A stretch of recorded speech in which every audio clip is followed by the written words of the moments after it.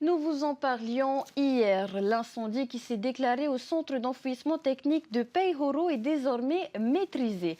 Les équipes mobilisées ont travaillé jusqu'à 2 h du matin avant de reprendre dès 6 h ce mercredi pour venir à bout des dernières flammes. En cause, une nouvelle erreur de tri qui aurait déclenché le sinistre. Les précisions avec Liora Bounik et Désiré Teivao. C'est ici que le feu s'est déclaré. Au niveau du casier numéro 9, celui des ordures ménagères. Hier matin, à 9h30, dans cette zone-là, dans le coin et par ici, il y a un objet qui a explosé. Très vraisemblablement un appareil portatif électronique. Dans cette zone, une bâche de protection avait été installée pour la saison des pluies. L'explosion de l'appareil a d'abord enflammé la bâche avant de se propager, libérant des particules incandescentes qui ont mis le feu à d'autres déchets enfouis. Par chance, ces derniers étaient bien compactés, ce qui a ralenti la propagation de l'incendie, même si d'importants moyens ont été déployés pour le maîtriser.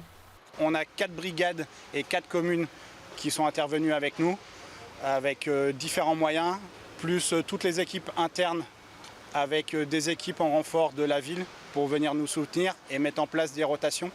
L'année dernière, 40 incendies ont été enregistrés sur l'ensemble des activités Fenoama, presque tous dus à la même cause. Il y a une quarantaine de départs de feu sur nos sites à chaque fois, donc ça dure de fusées de détresse. Il y a des batteries de vélo qu'on trouve souvent sur notre site, qui nous compliquent notre exploitation. Des points de collecte gratuits pour les fusées de détresse sont pourtant disponibles dans toutes les marinas et les revendeurs.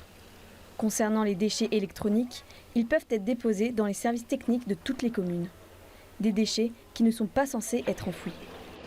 La difficulté, c'est que depuis une dizaine d'années, on a tous des appareils portatifs équipés de batteries. Et en fait, ces produits sont des pestes pour tous les sites de traitement du monde entier. Ce n'est pas spécifique à Tahiti.